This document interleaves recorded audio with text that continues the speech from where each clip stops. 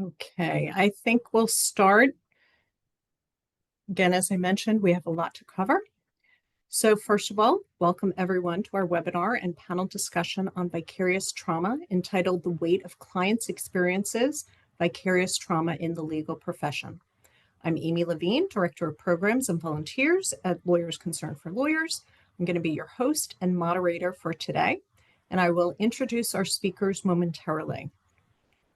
First, we're offering this program not only for those who may be experiencing vicarious trauma themselves, but also for those of you who you may have friends or colleagues who are struggling.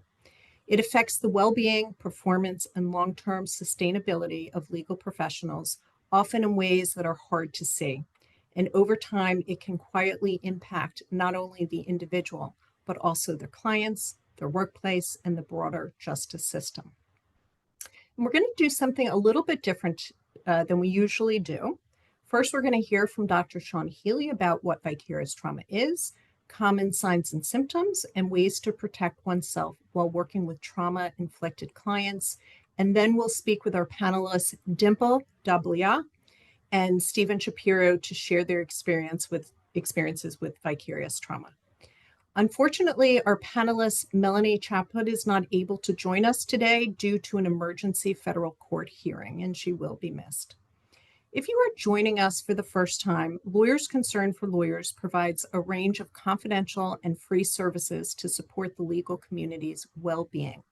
These include one-on-one consultations with licensed clinicians for mental health and substance use disorders, support groups, educational programs like this one today, including customized programs for individual organizations, and finally, one-on-one consultations with our law practice advisor on law firm practice management and professionalism. A housekeeping note, we love and encourage questions, so please use either the chat or the Q&A functions for those questions, and we'll get to those at the end of the program. And now I am very honored to introduce our speakers. Dr. Shawn Healy is the Director of Administrative Operations and is a clinical psychologist providing clinical services to LCL clients, including individual consultations and facilitating support groups. He publishes and presents on all matters of mental health topics germane to the legal community. He is also a certified trainer in the mental health first aid and serves as a co-chair on the Massachusetts Bar Association's Lawyer Wellbeing Committee. He joined LCL over 10 years ago following his work in private practice and received his doctorate in clinical psychology from Suffolk University. Finally, he co-authored the book, The Full Weight of the Law, How Legal Professionals Can Recognize and Rebound from Depression, with another LCL clinical psychologist, Dr. Jeff Fortgang. Next, we have Dimple, who is an author, speaker, facilitator, leadership coach, and founder of Roots in the Cloud, which is a boutique consulting firm specializing in systemic change and sustainable service in mission-driven organizations. Her work helps with healing the deep wounds of the individual and organizational trauma, moral injury, burnout, and institutional betrayal across service-driven sectors. Additionally, she is the author of Tell Me My Story, Challenging the Narrative of Service Before Self. Dimple began her career as an assistant attorney general at the Colorado Department of Law, representing the Department of Human Services, which involved cases of domestic violence and child abuse. She then became an asylum officer for the U.S. government, where she worked on refugee and asylum policies. She holds a J.D. from the University of Denver College of Law.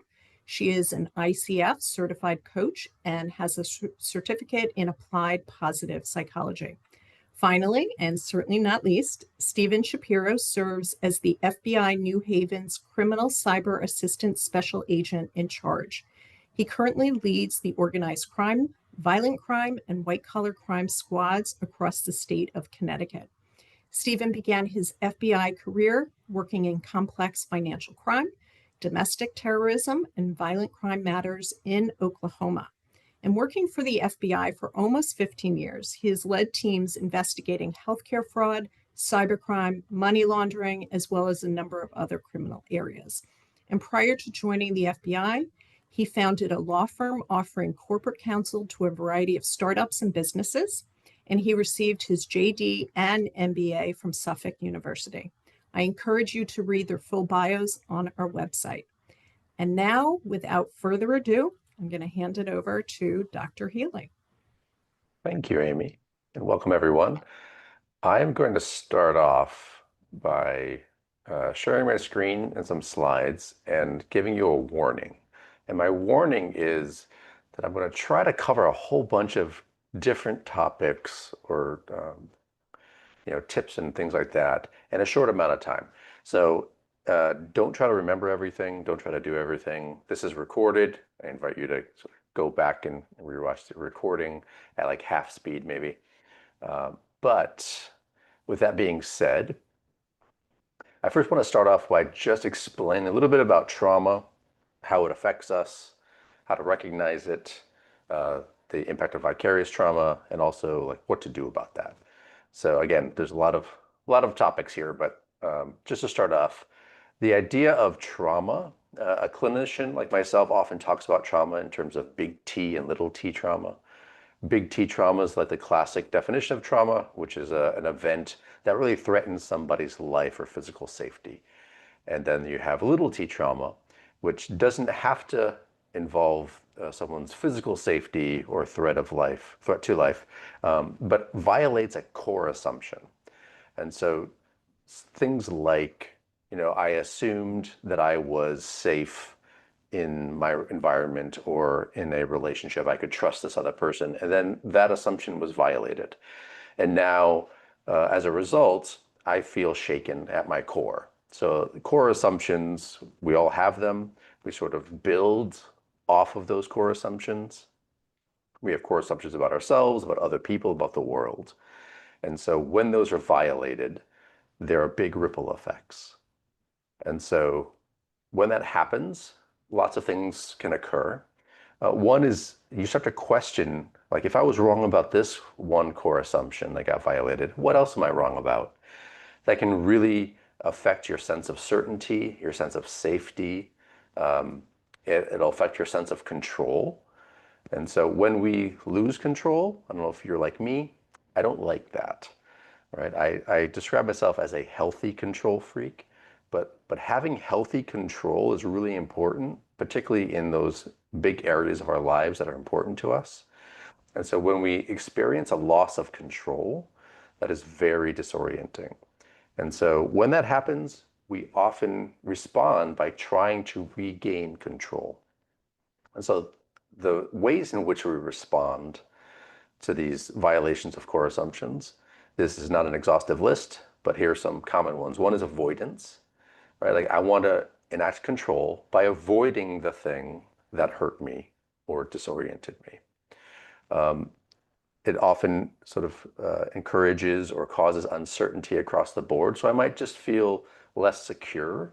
I might feel like, I can't trust anyone. If my one trusted relationship violated a core assumption, then I doubt my ability to tell if anybody is trustworthy. Therefore, this uncertainty can be widespread.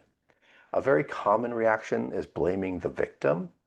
And I want to just touch on this a little bit because it's helpful to recognize what is at the core of a response of blaming the victim. Usually when we talk about blaming the victim, that's described in a negative way because why would you want to blame a victim?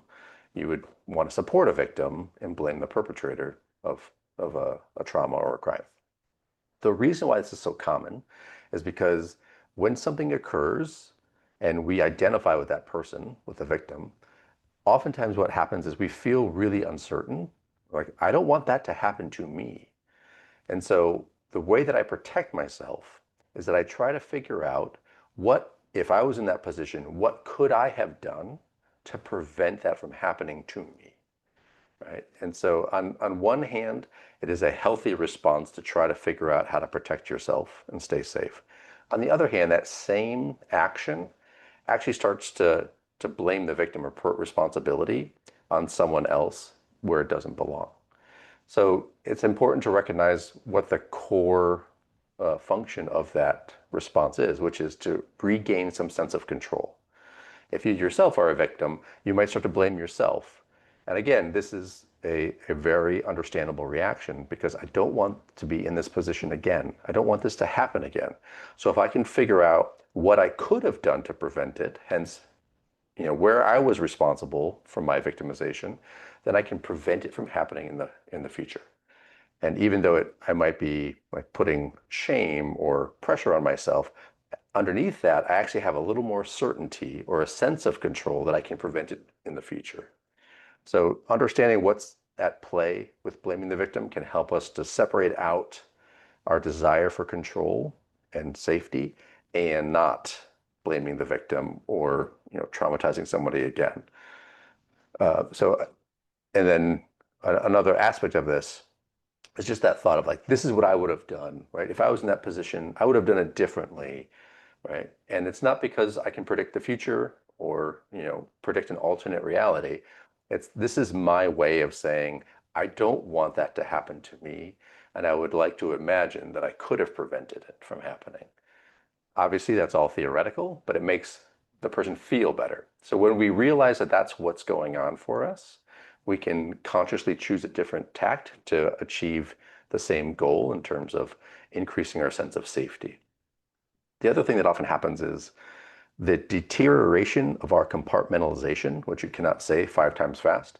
But basically what this is, it has to do with how we compartmentalize the different areas of our lives, right? So if we have a stressful work environment, I want to compartmentalize that to a certain degree and keep that separate from my home life, all right? But with repeated exposure to trauma or when our core assumptions gets violated, it becomes harder to compartmentalize.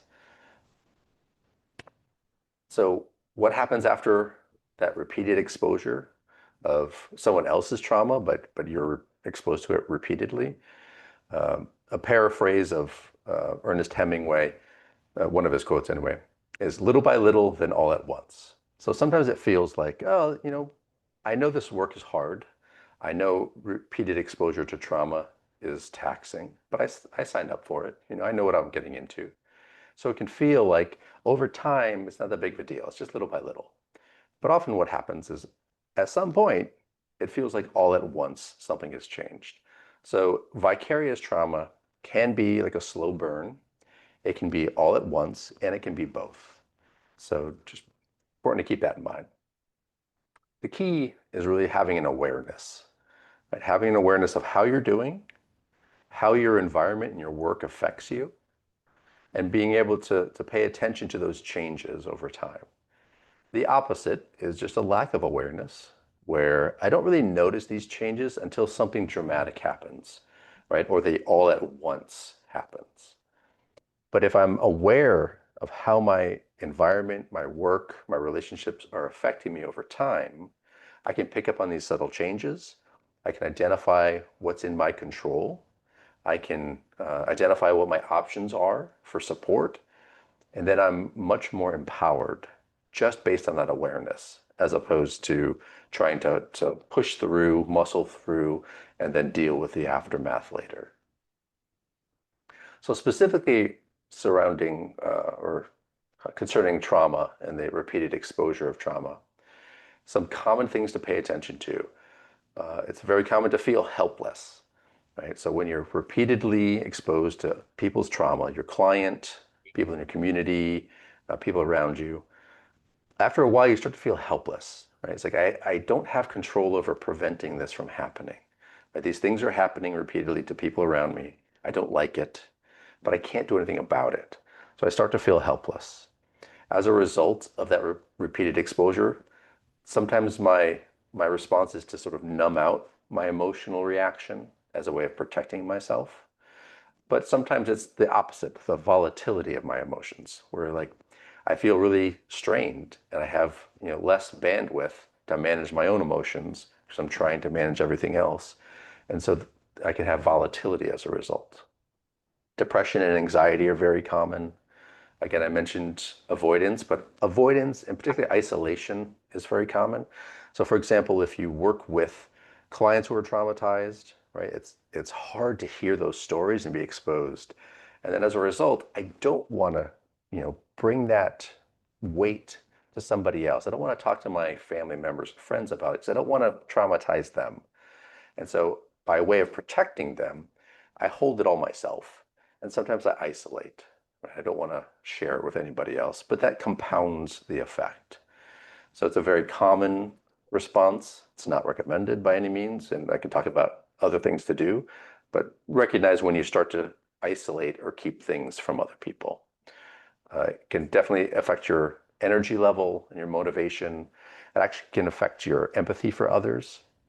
So a very common thing is, when you're dealing with clients or work that is like the problems that they have are serious problems. Talking to someone outside of work, maybe in your personal life, who's bringing to you what seems like a first world problem that is nowhere near what your clients are dealing with. Sometimes it can be hard to identify and have empathy for them. You can often have that feeling of like, you think that's bad? Like, my clients have it really bad. What you're complaining about is nothing. And therefore, hopefully it's obvious, but that will actually affect your relationship with your loved ones. If all of a sudden you cannot, empathize with the struggles that they're going through. Other things to pay attention to: your sense of meaning and hope, or your purpose for the work that you're doing.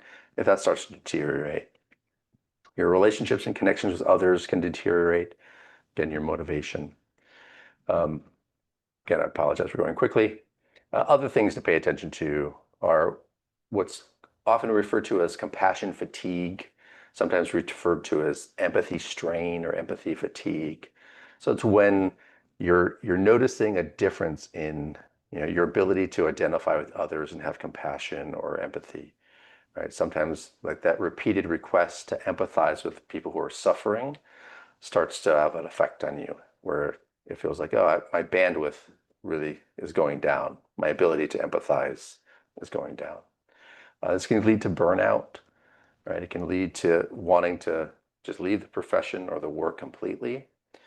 There's a whole bunch of different things that are involved with burnout, which we don't have time to get into today, but that is an often predictable outcome.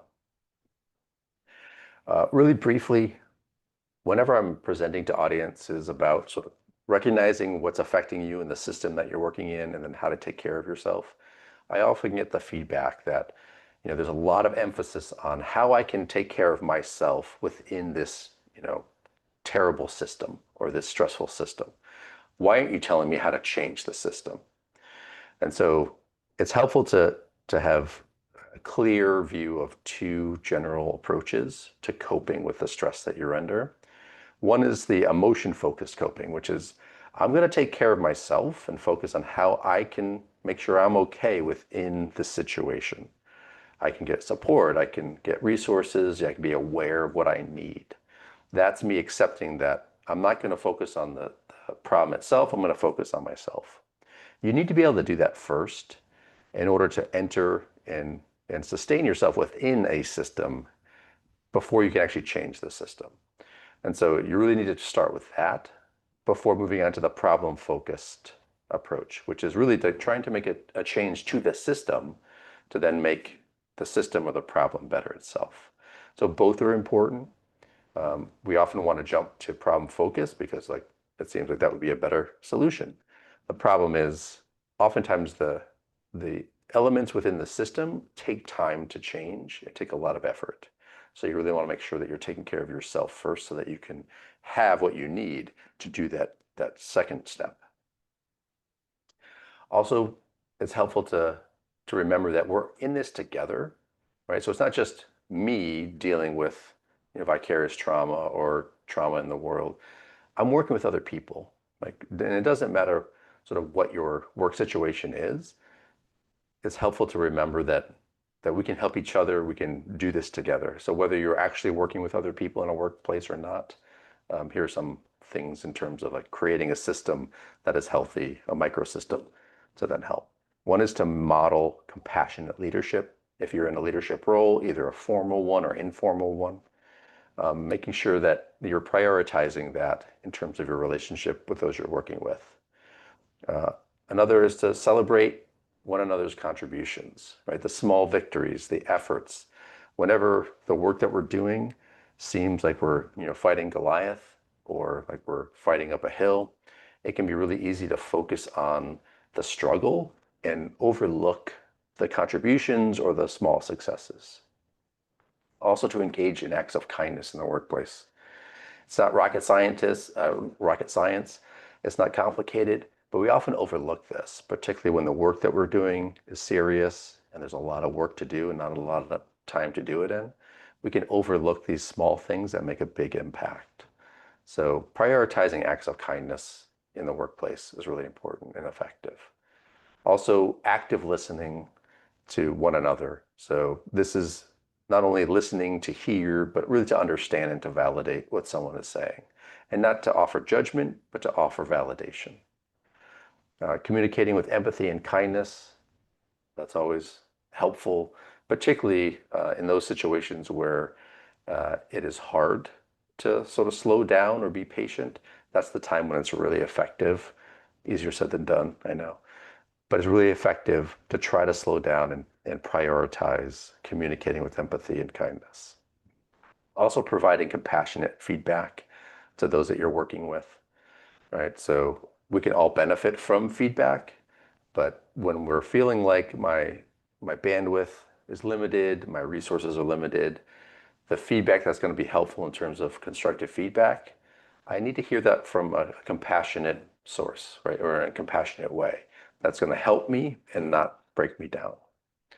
And then taking time to notice when your colleagues are in pain or going through something, right? Again, this goes back to that idea of being intentional and slowing down to notice and to interact in a compassionate way. It's harder to do that when we feel like I'm under pressure, I have so much to do, I don't have enough time in my day to do it. But slowing down and being intentional, one of the things that it does, it shows me that I'm in control of my situation as opposed to I'm just being swept away by my situation. And then it also has those ripple effects of being beneficial to those around me. In terms of being an ally, some don'ts are don't try to solve someone's problem quickly, right? Don't feel like you need to have all the answers before being that compassionate and supportive colleague, right? So if you're seeing somebody suffering or going through something, you don't have to have the answers to solve it, right? The most important thing often is just a compassionate and sincere approach and letting somebody know that you see them and that you're there for them. Don't wait until you have all the facts of the situation. This is another thing that often happens is like, I see that someone's struggling, but I don't know what's going on. Therefore, I'm not the best person to check in with them.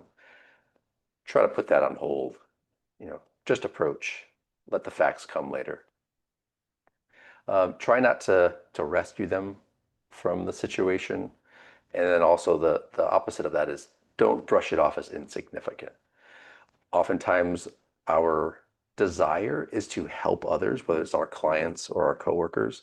Sometimes that desire actually leads us down the wrong path, which is if my desire is to help you and I translate that to mean I want to make you feel better, then I'm more likely to either want to brush it off to be like, hey, just toughen up, you're okay, like feel better, or rescue you. Like let me make you feel better by rescuing you. Both of those are actually not very helpful. What is helpful is to say something, right? Even if you're awkward about it, you're not sure what to say, but approaching someone to let them know that you recognize that they're going through something, right? Let them know that you heard what they heard, you saw what they saw, you realize that what they're going through or what they're exposed to was significant. Making the implicit explicit is just another way of saying, like, there's lots of things that are going on in the background that we sort of accept as like part of the situation. When we name it explicitly, that has power, that helps us to recognize something specifically. And so making the implicit explicit is very important. Also asking the affected person what they think would be helpful as opposed to you deciding is another helpful approach. Spending some of your social capital and power to make a change to the system or the situation is also helpful. And then also checking in with the person as time goes on, not just a one and done, but making sure that you're checking in to see how they're doing over time. Then really briefly, too briefly really, I want to talk about the trauma-informed approach. So this is a helpful approach that we can have to clients, to coworkers, to people in our lives, not just to traumatized people, not just to people who have been through trauma or vicarious trauma, but to everybody. So you don't have to decide who could benefit from this. And it's not a specific approach. It's more of a set of, I'm sorry, it is a general approach to client services as opposed to like specific techniques. So it's all about realizing like the widespread impact of trauma. It is about recognizing the signs and symptoms, being able to tell when somebody has gone through something traumatic or is reacting to the exposure of trauma. It's about responding in a way that is helpful, both in terms of your behavior, your approach, but also policies and procedures in your organization. And it's also focused on not re-traumatizing somebody. So to be thinking about like how a decision could be received or how my actions might be interpreted, and would that likely re-traumatize? And if there's a different way of doing it, how else can we do it? So some key principles to a trauma-informed approach: safety. Right? Again, when we're going through trauma or have experienced it, it really shakes our sense of safety and certainty. So reestablishing safety is important. Trustworthiness and transparency is another element, but also very related, right? So when I feel like I can trust you, you say what you mean what you say, you do what you say, that helps me with predictability and safety. Also transparency, right? I'm not sort of going to be surprised by something, right? Something is transparent. I can know what to expect. Another is peer support. Knowing that I'm not the only one going through this, other people understand, and I can be supported by them is very helpful. Collaboration and mutuality is very helpful in terms of if I'm a client, I want to know that I'm not just along for the ride. You, as someone helping me, I want to collaborate. I want to be involved. Okay, that leads to the next one, which is empowerment, voice, and choice. I want to feel empowered. I want to feel like my sense of control is being restored. I want to make sure that I'm heard and that I have choices. And also awareness of cultural, historical, and gender issues is a key component of this approach. So what's helpful? Kindness, patience, reassurance, active listening, a non-judgmental approach, modeling calm, and building trust. Also, collaboration, making sure that to the extent possible, you're giving clients and coworkers the ability to collaborate, to make choices. You might need to give multiple choices that are appropriate and ethical for them to choose from, but the more that you can give control over to them is important. Also, just checking in with them to make sure that they're comfortable with what it is that you're doing or what you're suggesting. Yeah, involving them in that decision. I don't think I've mentioned this yet, but boundaries are super important. And this is how you protect yourself, but you also protect your clients and those around you. So good boundaries are a very clear no. So you saying no or having a very clear expectation, that protects you. That is an example of you using your control and choice. It also helps people on the other side of your boundary because they know what to expect, particularly when you have a firm, clear boundary. That helps people know where their operating space is. When you have an unclear or fluid boundary, that actually does the opposite. It makes people feel uncertain. It actually decreases their sense of safety. Even if they don't like that you're having a particular boundary, that consistency is helpful. And then in terms of working with clients in distress, again, this is also applicable to others. Breaking down conversations or messages into small chunks, focusing on one thing at a time. talking slowly, repeating information is really helpful, and also delivering it in multiple ways, so verbally, written, so that the person can go back to it later. Also encouraging breaks, right? Not just to get through stuff quickly, but encourage breaks, encourage repeating information or rephrasing information to let you know that that person understands. Some other stuff that I've already sort of touched on, which I will breeze past because time is flying by. Another thing to keep in mind is you as a individual have an effect on somebody else. Just being in their presence, you can model for them, model calm, model a way of being. So this is called co-regulation. So like when you can sort of modulate your tone and your affect, that helps somebody else do the same. If they're feeling like they're under stress and pressure, but you're able to remain calm, they can actually model you easier if you're doing it first. Yeah, taking breaks, important. Explaining the process, letting somebody know what to expect is super important. And also recognizing those signs in yourself and in your colleagues. If you are picking up on these changes, if you have this awareness, then you're going to be able to act on it sooner rather than later. Yeah, I'm not going to repeat all this stuff. I'm basically putting it up here so that when you review this recorded presentation, you can have this information readily available to you.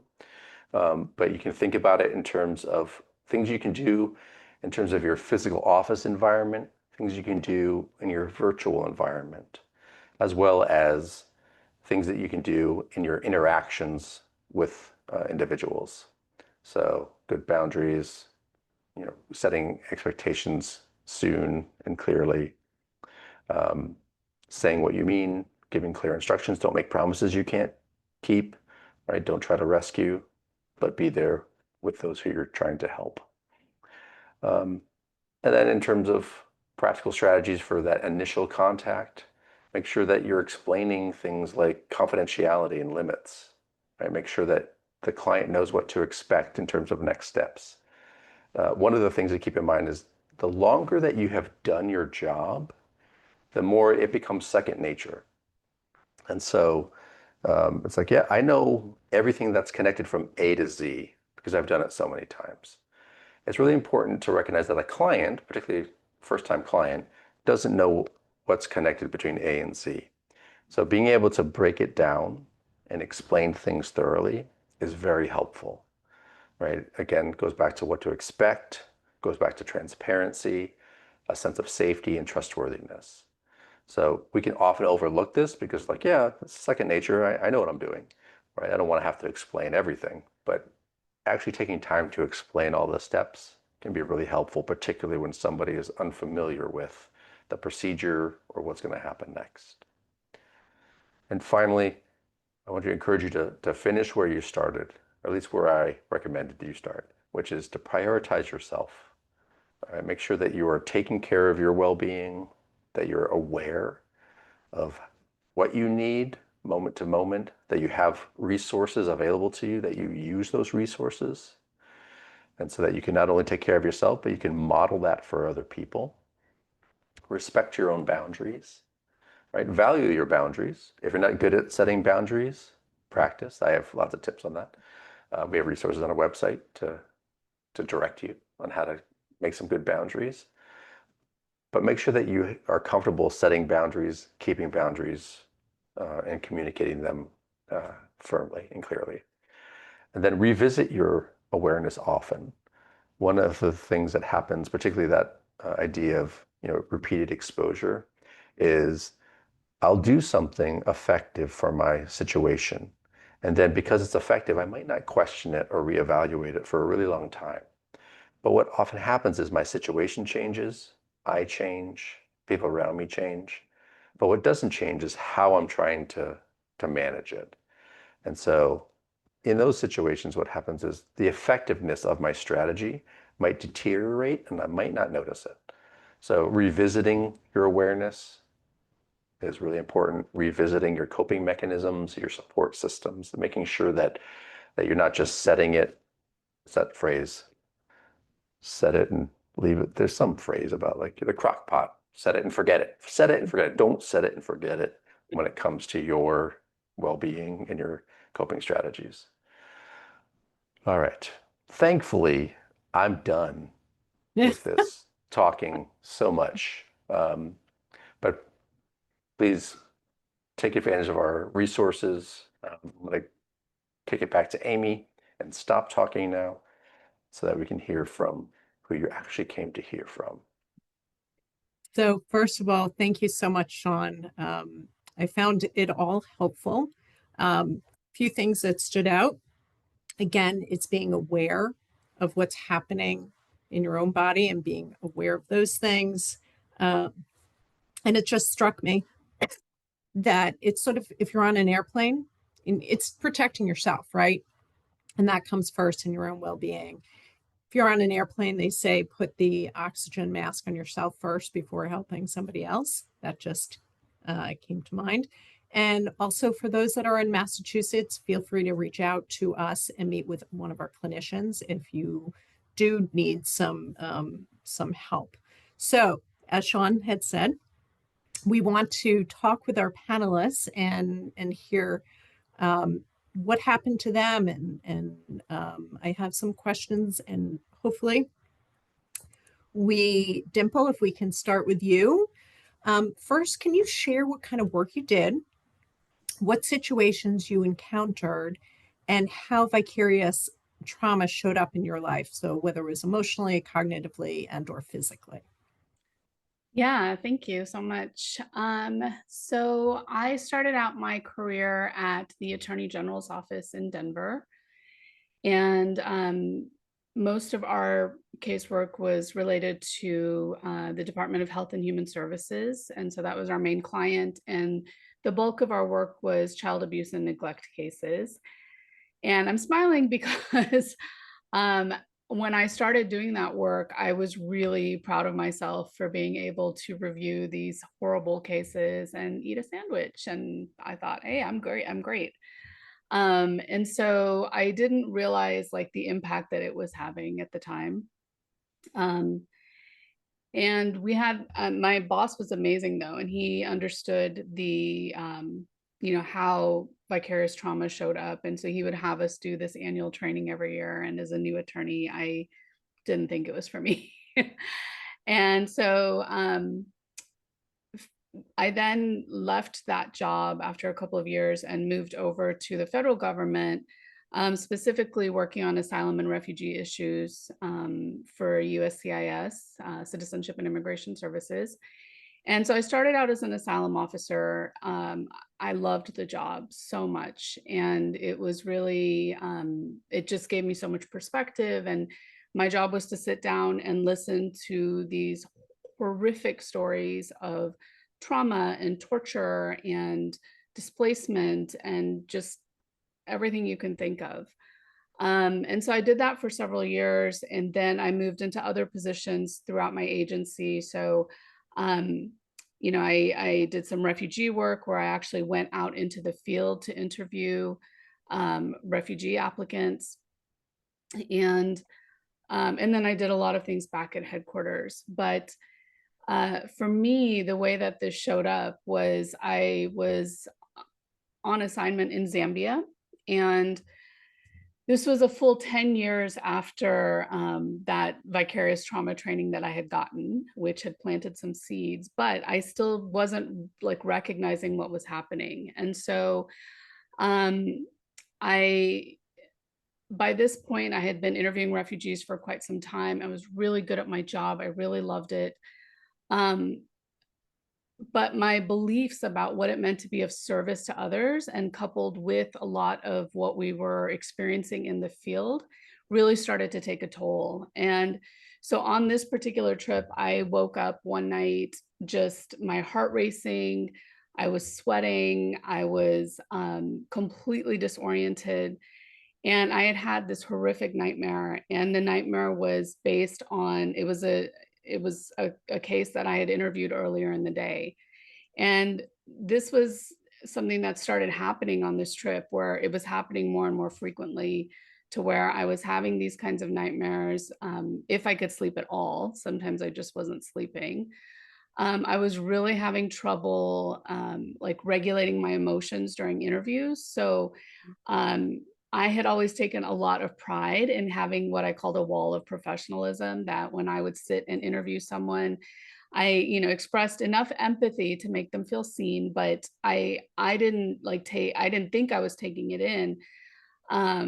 And this was just a coping strategy I had created. And in Zambia, that wall just completely crumbled and came down. And, as applicants who are not crying because they are completely traumatized are just telling me their story completely, with no um, like expression or anything, I just couldn't even help the tears from coming. And so it was really disorienting. And the worst part, though, was that it felt like everyone around me was fine.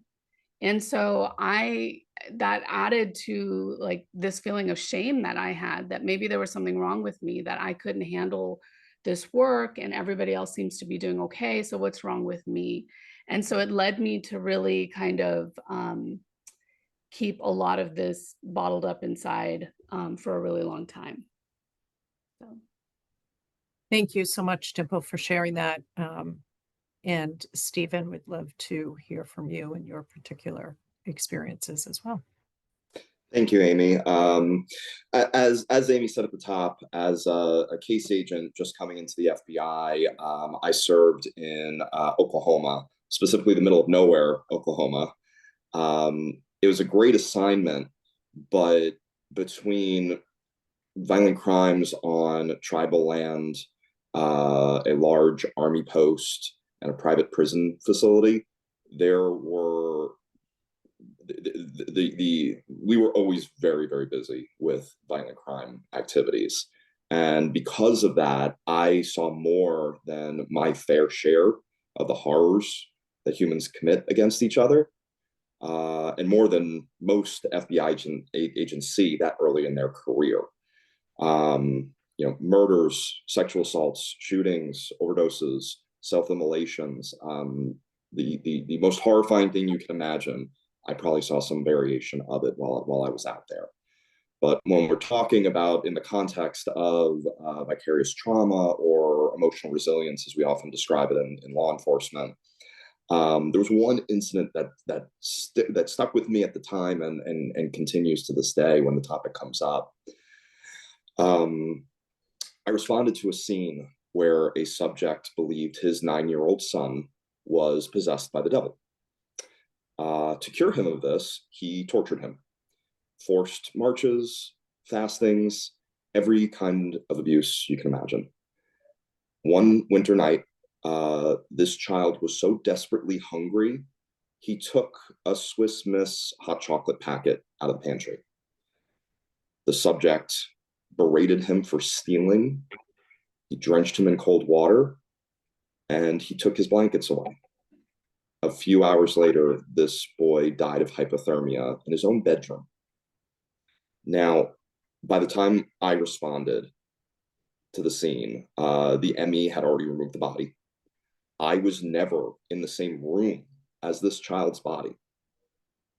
But what I did witness was the stool by the sink where this boy's kid sister made sure the boy didn't put any food scraps from the drain in his mouth when he was washing dishes. I interviewed the neighbors who believed the boy had sickle cell.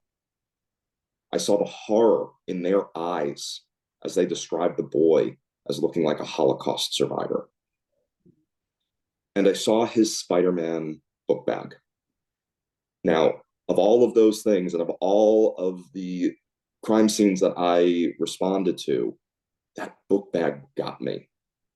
Mark Bagley drew the image on it, famous comic book artist. It was from his Ultimate Spider-Man run, specifically the cover of the first printing of issue number 2. And I can't stress this enough. I've seen much worse than that backpack in my violent crime case history and responding to these events.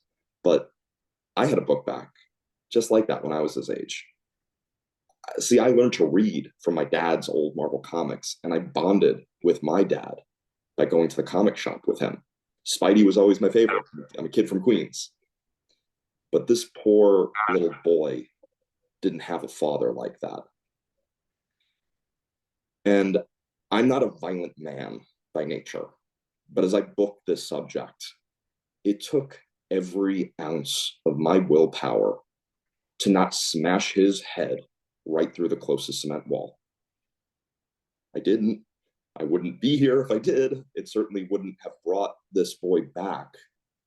But I'm not going to lie. I wanted to do this monster violence. And that feeling of having my toes that close to the line got me just as much as that book bag did, just as much as any violent crime case I had. So when Shawn talks about this concept of core assumptions, that's what resonates with me in that. Something that I wouldn't do in a million years. I felt that urge in that specific moment. And this subject, he wound up pleading out in voir dire. He begged for a plea after he saw the anger in the potential jurors' eyes. They had to stop the attorney general on the tarmac to get him to sign off on this guy's plea deal. That plea likely kept the subject from getting executed. In law enforcement, especially in the FBI, we spend a lot of time honing our physical strength, our intellectual strength, but we're still learning how best to enhance our emotional strength. And the fact of the matter is, all of it's tied together. If you're not emotionally fortified in the face of direct trauma or the trauma of these jobs we have, it doesn't matter how much you can bench or which law school you attended. Whether you're in law enforcement or an attorney, we are all vulnerable to the dangerous mistakes and judgment errors we can experience when we're hurting. You know, the stakes are particularly high for law enforcement, for not only that individual investigator or agent who's responding to a dangerous situation, but to every other investigator on that agent's team, their families, and the larger communities we serve. And I guess that's where vicarious trauma hit me the hardest, and that I was aware of that. And so, you know, it expressed to me an insomnia, you know, constantly running that memory and those images over and over in my head, but being aware of that lack of sleep and the potential for that having an effect and an impact on my judgment calls was almost that self-awareness was as traumatizing as any other part of this. You know, and the more I, again, as Shawn mentioned, the more you talk about this, the more you get out of the crisis mode of the moment, of that survival thing of doing what you need to get through, and then being able to package it and compartmentalize it in a way that you know, that is healthy, is the best thing for you. And you know, we're all action heroes, right? In law enforcement, we don't talk about things, the squishy stuff like this. We just put it all down. Sometimes we self-medicate, you know, like our parents taught us. But you know, it really, the more effort and the more training that we give on these kinds of things, and that's why I talk about these subjects whenever I can, to normalize it, the less chance of a statistic happening where the worst, you know, case scenario in a vicarious trauma situation is self-harm, is an instance of suicide. And you know, last year alone, there were 39 law enforcement officer suicides. That was 27% of all law enforcement deaths last year. And if it's the kind of thing where we can shine a light on these issues and provide the training and the support to you know, to our fellows in this legal profession, it's incumbent on us to do it. Thank you so much, Stephen, for sharing your experience as well. And I do want to point out that if anybody watching this or you're watching recording, you can dial 988. It is a suicide crisis line, or if you're thinking about harming yourself in any way. Again, there's some graphic material that we're talking about. So again, I want to point that out. So thank you again, and I'm glad you mentioned talking about the suicidal piece too. So Dimple, we'll go back to you. And what did you do? So you talked about the not being able to sleep and crying and things like that. What did you do at that point to get help, if you did at that point? Yeah. So, it's interesting. I just want to say one thing. I feel like this is something that even as we learn to navigate it, it stays with us, and I think that social media and the media in general has made it so that more people, even just outside of this profession, are now experiencing vicarious trauma because we're seeing these videos and we're seeing these things happening in real time. And so one thing I want to say to everybody is, the more that we start to recognize this for ourselves, we start to notice those signals that our body is sending us. And the reason I mention this is because even just hearing Stephen's story right now, I immediately noticed that my heart started racing. I felt that thing in my stomach. I could feel like tears starting to build because it's so horrific, even just that little explanation. And so I want to say that, this isn't something that it's like a one and done and you move on. Like, it's something that we contend with for a really long time. But we can start to notice when those things are happening and have these coping strategies. But something that Shawn had said about little by little, then all at once, like that really hit home for me. I mentioned that we had this annual vicarious trauma training and that I didn't think that I needed it at the time. But like I said, there were some seeds that were planted. And, for me, a big part of this was that I felt like there was a real disconnect between the realities that I was witnessing through the work that I was doing in terms of hearing these stories from applicants versus the reality of what I was living, because I had a relatively good life. And I didn't have a word for it at the time, but I have learned since then that this is something known as hypernormalization. And I think it's something that we are really experiencing a lot of right now as we see what's happening in this country and around the world. And so for me, it was like I wasn't feeling anything when I was reading these terrible stories. I was often ignoring the signals from my body. So this included things like I was getting these like weird rashes on my legs, which I came to find out were an autoimmune issue, which is another thing that, I think when we don't process these emotions and we don't process these experiences, they live in our bodies and they become toxins that come out in other ways. And then I diminished my own stress and trauma because I was comparing it to the people I was serving. And everything is relative. And so, and then I couldn't fully relax and unwind. And so there was a lot of cynicism that started to come up, a lot of guilt. And it crept up until it came to a head in Zambia. And I started really like experiencing these outward symptoms. And so since then, it's interesting because even knowing what I knew from the AG's office, it still took me a while to actually, acknowledge that this is what I was experiencing and doing something about it. Because again, we didn't talk about the mental health realities of trauma exposed work in my workplace. And so for me, it still looked very much like this is a personal failing, something to be ashamed of, something to hide, rather than, as Stephen just said, the more that we talk about it, the more that we put this out there as a very real part of doing these jobs. And so that was a big part of it for me was, talking to people that I trusted at the beginning. And initially, I've learned through writing my book that my go-to nervous system response is flight. It's shown up in many different ways. But in that moment for me, I was drinking a lot more. I couldn't stay still. So like I was traveling as often as I could just to get out of wherever I was. Like I just needed to keep moving. And I did try to reach out to my EAP, but honestly, it wasn't very helpful. I think they were generalists, and most of the agency was not dealing with vicarious trauma issues. So they weren't really resourced to address the issues that I was experiencing and so many of my colleagues were experiencing, even though we weren't talking about it.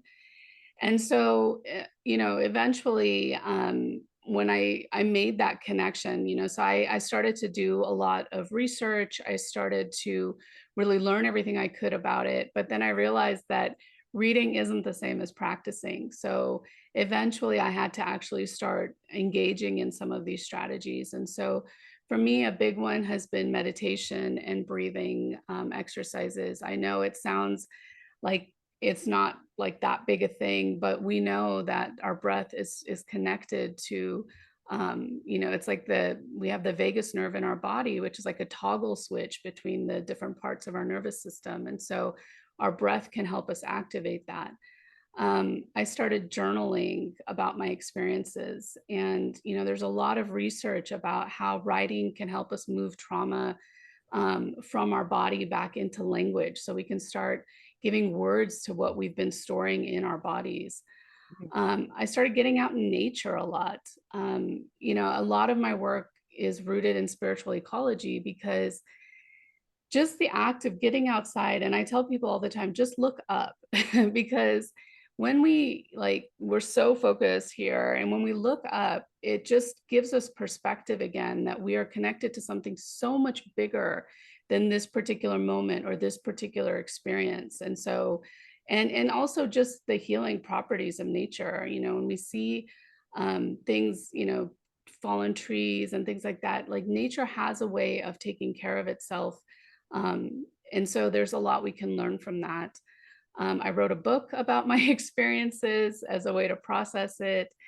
And then I really, I made serving those who are serving others a real, it's like my life's purpose. And I knew the pain that I experienced, and I just never wanted anyone else to go through that. And so I now do whatever I can to help others to understand that and mitigate it to the extent that they can.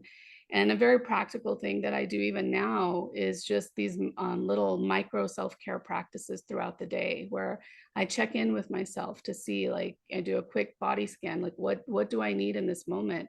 Because a lot of times when we are in it and we are overwhelmed with all these emotions and all these, we ignore all those signs. So just taking the intention of looking at what's happening and making some adjustments along the way can go a long way to helping us get through the day in that way. So, Dimple, those were great strategies. And what's also interesting is, yes, you can read about it, but it's putting these strategies in action. How about you, Stephen? What about you? What kind of coping mechanisms have you used? Yeah, no, and I just want to reiterate that that was incredibly insightful, Temple, and a lot of, I may you had a very long journey to get there, it sounds like, and I did too, and I was kind of stumbling around blindly because again, when you're a nerdy trademark attorney from the East Coast in the middle of nowhere, Oklahoma, surrounded by all these dudes, you're not going to start talking about your feelings. It just wasn't part of the culture in that office. But I recognized that something was off, and I started similarly doing the research myself. I had a similar experience with EAP, and that one of the veteran agents on the team, he was like, we have this thing called the Employee Assistance Program, but all the people in it, they're gossips. So I'd be really careful what you say to them. So it's like you don't even go down that route. But again, as I started doing research and realizing that some of these incidents, you could meet agents and you can meet law enforcement folks that are literally living in an action movie all day, every day, and they're seeing major events that would make anyone else, including myself, curl up into the fetal position in the corner, and they're fine. They're good. They're okay. And then, others, dealing with something like a book bag, some people may not be impacted by that at all. But what I got to, came to the realization of it's time and light. Everybody has a different period, refractory period of getting over a specific traumatic incident. It's not the same for everybody. Some people need more time than others. But that light equation is the bigger part of it, and figuring out, how do you air this? How do you vent this situation? Whether it's talking to your spouse or squad mate or whomever, figuring out that way to take moments to recharge, and coming to terms with the fact we're all attorneys, we're all high functioning people. It's okay not to be okay. And coming from truly internalizing that and understanding that supposition, it is half the battle. And then from there, it's surrounding yourself with the kind of environment you want to have. So, being there for each other is, I can't stress enough how important that is. Being able to check in on your peers and having that empathy to say, wow, this was a really traumatic thing. I bet my person across the hall is freaking out about this as well. And giving them that safe space. And I've seen it, and I've intervened when somebody's mocking somebody else for saying something, for hurting or not being okay. We have a concept in the FBI, and a lot of law enforcement agencies have similar, that we call the FBI family. And it's this concept that we are all in it, and we choose how we ought to treat each other and how we ought to be there for each other. And I've been the cavalry helping out an FBI employee in need, and I've also relied on other employees on the worst day of my life. I can't express the relief of seeing one of your own when you really and truly need somebody. But that's a culture that everyone dealing in these professions and traumatic cases like ours need to cultivate. And it's hard work. It's something that you have to. It's an iterative process that you have to consciously decide, we're going to do this every single day. I do want to, I guess maybe it's a plug for our organization, and seeing we have 4 clinical clinicians on staff that people can make an appointment with. And Stephen, what you had mentioned, that the folks at the EAP were labeled as gossips, it just made me think, clearly our clinicians are more professional than that. And,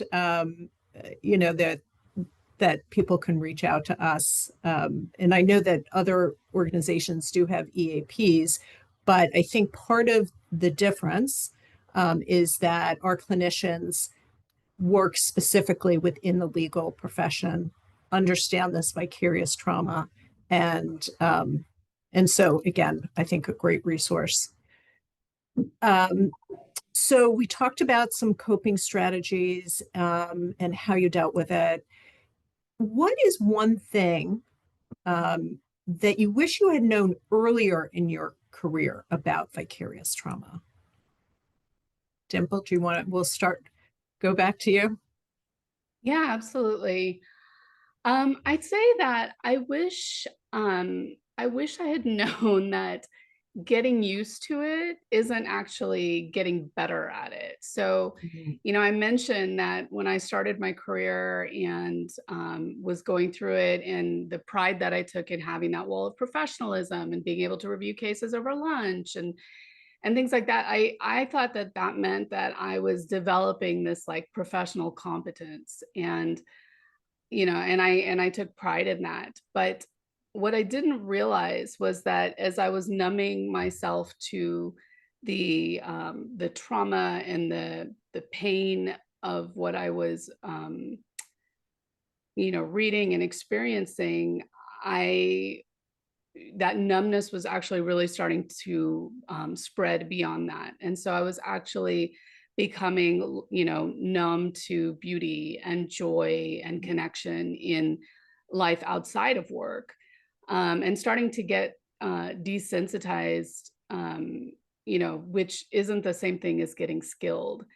And the thing is that, our nervous systems don't recognize the difference between our own trauma and the trauma of other people. And so when we are listening to someone describing, their experience of assault or betrayal or loss, or we're witnessing it, our brain is processing those images and emotions as if we are actually experiencing them. And so we have the same stress hormones, the same, our nervous system activates the same threat responses. And the thing is, it's not, at the end of the day, it's all neurobiology. And so, we're often told like, oh, just, leave work at work. And it's not that simple, right? And what I say in my work all the time, though, is, we talk about this idea of compartmentalization, but I really think that we are whole human beings. And I don't think it is that easy to leave a piece of ourselves at the door when we come into work or when we leave. And so,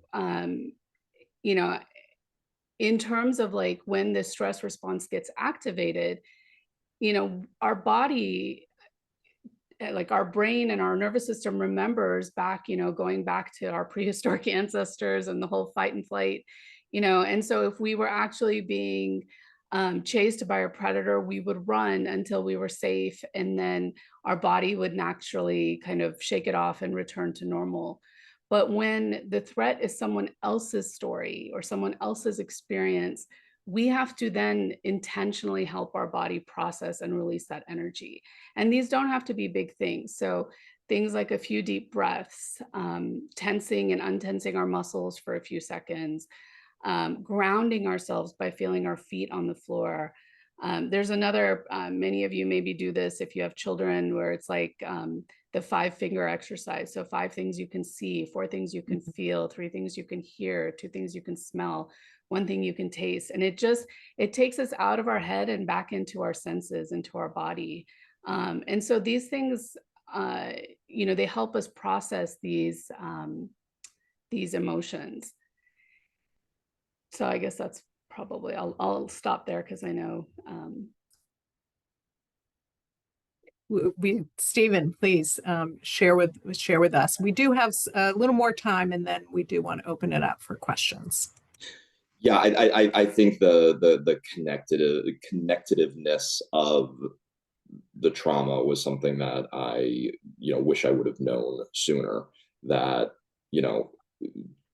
compressing all of your emotions down and pushing everything, it comes out in some other way, in some other fashion.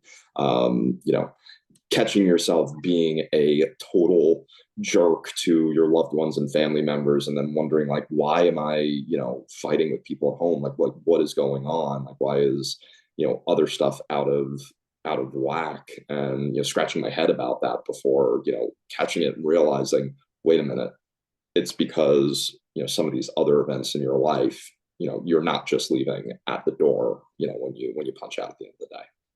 Yeah. Thank you for that. Again, as we were discussing, it affects relationships. It's your physical body, it's your emotional being. And so the last and final question to both of you, what advice would you provide the audience about vicarious trauma, or a message you most want to convey or have folks take away from this discussion? Stephen, should we go to you first and change it up a little bit? Sure. Yeah, no, I think finding something that personally centers you, whether it's reading, it's sticking your toes in the ocean, breathing, what have you. Find that thing and budget time for it. We are all so very busy, especially if you're on your hourlies and accounting for everything in 15-minute intervals, but making sure that you're taking time for that, I think is huge, because again, you need to get right in your head and recharge, and finding somebody to talk to about these issues and learning how to talk about them in a way, especially with a situation like mine, or litigators that are going to trial, figuring out a way that you can talk about it in the moment rather than when something is fully adjudicated. And having that release valve is so important. And again, being there for everyone, for others around you. Excellent. Thank you. I think that's a great takeaway. Dimple. Yeah, I'll just say, I really think that, we use this term normalization, and I don't think there's anything normal about what we're experiencing. We were never meant to experience this kind of trauma, and also we have kind of normalized how this shows up. And so, we work in systems that were designed to condition us to believe that there are certain behaviors that are just part of our job. So this is things like working 80 hours a week, carrying home the weight of other people's trauma, accepting systemic dysfunction and betrayal as something that just is what it is, numbing ourselves to cope with what we're facing. But these aren't normal human experiences in the sense of what we're supposed to just live with. And so I liked what Shawn had said earlier about, this idea of, what can I do for myself, but also how do we fix this? And I agree, that's a much bigger question. And so on the self side, in my work, I always take people through this, cycle of what I call notice, name, navigate, and nourish. And so that's a lot of what Shawn already spoke about. It's creating that self-awareness, it's practicing self-compassion. And, the note about empathy is just that, a lot of people in our positions or leaders, they shy away from empathy because it feels like, well, I don't know how to hold this thing for somebody else. But empathy is really about presence. And so the more that we can just be present to what someone's experiencing, we don't need to fix it, we don't need to do anything else, but to just be present. And then navigate is about regulating our nervous systems. And so, we talk about self-care a lot. And I think self-care is a very overused term, and it's a very misunderstood term because it has historically been, connected to kind of indulgence. And I think as a result of that, it has created these spaces where there's this belief that it is there's an expectation that it's our responsibility to figure out how to regulate and recover and repair on our own. But the reality is that we live in this era of just so many crises happening at one time. And, it's more than just vicarious trauma. It's moral injury, it's institutional betrayal, it's systemic grief. And so I do think that organizations have a moral obligation to provide a duty of care that also includes our mental health, and that's rooted in collective care. Because I think what Stephen said is right, that, we have these shared experiences, and being able to turn to people who understand what we are navigating and trying to move through is really important, and it's really powerful. And so having that community and connection is really more important than ever. And then the last thing I'll just say is that, I think that the world, especially now, contains profound injustice and profound goodness, but trauma makes us lose sight of the second part. And so when we start in these careers, we are fresh-faced and hopeful, and we don't realize that in time our worldview is probably going to change. But after years of seeing how systems fail people and how justice gets delayed or denied, or how power protects itself, we start seeing the world in a different way. And so, I just really want to invite everybody to think about, that the more that we understand and acknowledge and talk about the realities of this work, the more that we can remove the shame and stigma that comes up. And then one last thing I'll say is around boundaries. Boundaries are so important. And I think that we really have to acknowledge, though, that setting boundaries or setting limits is not equally accessible to everyone, especially in institutions that are built on hierarchies, scarcity, and systemic oppression. And so we want to be aware that differences in power and systemic biases such as racism and sexism can really impact how you'll be received if you try to assert yourself and assert boundaries. And so my invitation there is just that if you aren't successful at setting and holding a boundary in a space like that, just try to think about whether systemic factors played a role instead of blaming yourself for not being able to hold boundaries. So that's what I would end with. Thank you so much. Again, what really struck me, there were a number of things that struck me with what you just said, but remembering there's profound goodness out there too. And I think sometimes people forget. So with that, I just want to go back to Shawn. We haven't heard from him in a little bit. Anything that either Stephen or Dimple said that stood out to you, that struck you, or that you want to re-emphasize? Yeah, just because my memory is what it is. The last thing that Dimple said regarding boundaries, I thought was excellent. My encouragement to people often is don't ask yourself if you can have boundaries, but just how. So it's going to look differently based on your situation, based on the relationship, based on the power dynamics. So this comes up a lot in terms of, people at the sort of lower end of the power dynamic in an institution where it's like, I can't just say no to my supervisor or my boss. I can't just, protect my time. And so even exploring something as simple as, simple quotes, as injecting a pause, right? So feeling like I don't just say yes reflexively, I inject a pause first to slow down the process or the question. To be like, all right, you're asking me to do this. Instead of saying, no, I can't do it, saying like, can you tell me more about that? Instead of just saying, yeah, I'll do it and figure it out later, right? Little things like that are just some concrete ways of exerting some control to feel like I'm a little bit in the driver's seat here. Maybe at some other point I'll be more in the driver's seat, but right now this is what I can do to exert some control, to feel like I've got some agency in terms of a boundary. So I often describe boundaries oversimplistically as you deciding to say no when you could say yes. So there's different ways of doing that. So I really take Dimple's point there that it's helpful and necessary to appreciate the situation, the power dynamics, the different pressure points, but not to dissuade you from making boundaries, but really be creative and thinking about how could you in this situation. And that might look differently than another situation. And then just to respond to something that Stephen said, I really appreciated that description of, thinking about sort of making yourself strong intellectually and physically. And what's often missing is the emotional strength.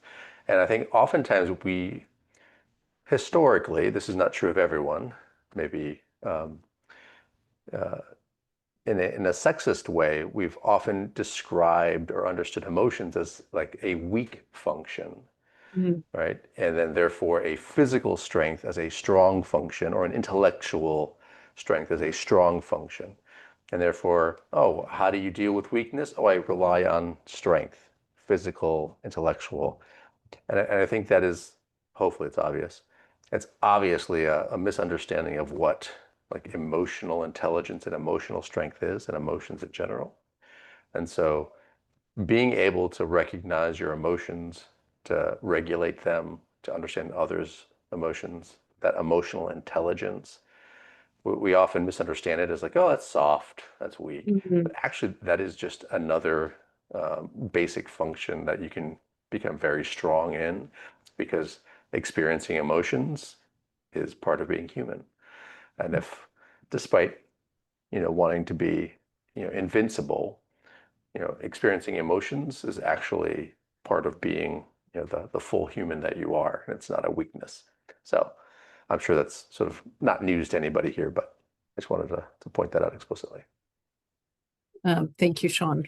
for mentioning that. We do have a few questions that I wanted to get to. Somebody mentioned, and Shawn, I don't know if this is something you want to go into about PTSD, but this person was diagnosed with PTSD last year as a result of vicarious trauma, combined with some major life changes. These were all little t traumas, but typically getting a PTSD diagnosis requires exposure to a big T trauma. How should those who have experienced little t trauma access appropriate and effective diagnosis and treatment? Good question. There's a lot there. So the diagnosis of PTSD is a description, and this is true of all mental health diagnosis. It's a description of a response, like how you're responding to something. So it's, a list of symptoms. It is a description of changes that you're experiencing. So that's more important than like the quote unquote cause. So PTSD, it used to be called shell shock. So it's not like PTSD is a new thing or trauma as a new experience. It's like at some point we recognized soldiers being put in very horrendous situations having this clear effect from that trauma, and therefore described it as shell shock, or there might have been earlier terms as well. But it was a description of like how someone responded to a situation. And over time, the distinction between big T and little t is just kind of like a distinction between how we used to see it. I was like, oh, this response is due to a life-threatening situation like war or direct trauma. And the reality is, like, people have been experiencing this from the beginning of time. It's nothing new. It is a response to, certain events. And so I think that's more important, is to focus on like, how is it affecting you? How is your experience of a little t trauma affecting you? And that distinction really is just about not to say one form of trauma is more important than another or more weighty. It's really to understand that you can be affected by trauma even if your life isn't threatened, right? So it's to broaden the description of trauma, not to say like there's legitimate trauma and illegitimate trauma. It's really to say that there's different forms of trauma that are different than how we used to see trauma and PTSD. Because how we, being, white males in the position of power to describe it and write a diagnosis or a diagnostic criteria, our understanding has changed over time, and largely that's because people started thinking, oh, like one male's experience might be different than the rest of the world, and isn't that unusual? And so sort of being more sensitive to systemic issues, poverty, racism, sexism, homophobia, all these different forces that are systemic, and like recognizing, oh, there's an impact to those pressures and those forces. That was sort of like a rambling way of saying, like, you can have a little t trauma and still have a post-traumatic stress response to that. And what's important is recognizing what's going to be helpful in addressing those reactions, not whether or not you qualify for PTSD because it's a big T or little t trauma. So I would encourage people to sort of pay attention to how they're responding, to be seeking out resources that are effective for them, and not sort of holding themselves to an antiquated definition of what legitimate trauma is or anything like that. Thank you, Shawn. And again, we know that people can experience, and again, correct me if I'm wrong, it's listening to people's stories directly, interviewing them, things like that, reading case files, right? Just even the reading of something that happened. This might seem like a very silly question, something like reading a fictional book or watching a movie or watching TV. Is that something that you think somebody could experience vicarious trauma? So if it is an experience where like I am choosing to experience it. So the classic example is like, people like watching scary movies because of that fright sensation. Like, oh, I like to be scared. Well, that's because you're choosing to be scared. That's a very different experience than not choosing to be scared or terrified and that happening to you. So I would say that choosing to expose yourself to a frightening movie isn't going to give you um, a trauma response. Most likely, I mean, there's always exceptions, but that might actually be, triggering if you've had trauma in the past. So you might want to be cognizant of that or sensitive to that. But it's a very different experience, saying like, oh, somebody is having this reaction to being terrified, and I don't because I watch scary movies all the time. It's like that's not the same thing. So it's really about control, like choosing something, feeling like I'm doing this because I want to versus it's happening to me. Someone else is in control and doing it to me, or feeling like, I can protect myself versus I can't. Like there's a pause button on the movie, or you can walk out of the theater. If your home environment is terrorizing, that's different. Excellent explanation. We do have a couple of comments. Somebody reacted to the autoimmune issues. There's a book, When the Body Says No. And then somebody else mentioned, and I don't know if anybody's heard of this particular book, The Body Keeps the Score, Brain, Mind, and Body in the Healing of Trauma by Dr. Bessel van der Kolk. This person found it helpful in their PTSD and trauma issues. Dimple, you were shaking your head. Have you heard of that particular book? Yeah, it's very dense. It's a very good book, but it's very dense. Another one that I think is helpful that really goes through kind of the epigenetic route is It Didn't Start With You. I can't remember who the author is right now, but I thought that was actually a really helpful one too, especially as we think about the role that like generational trauma plays.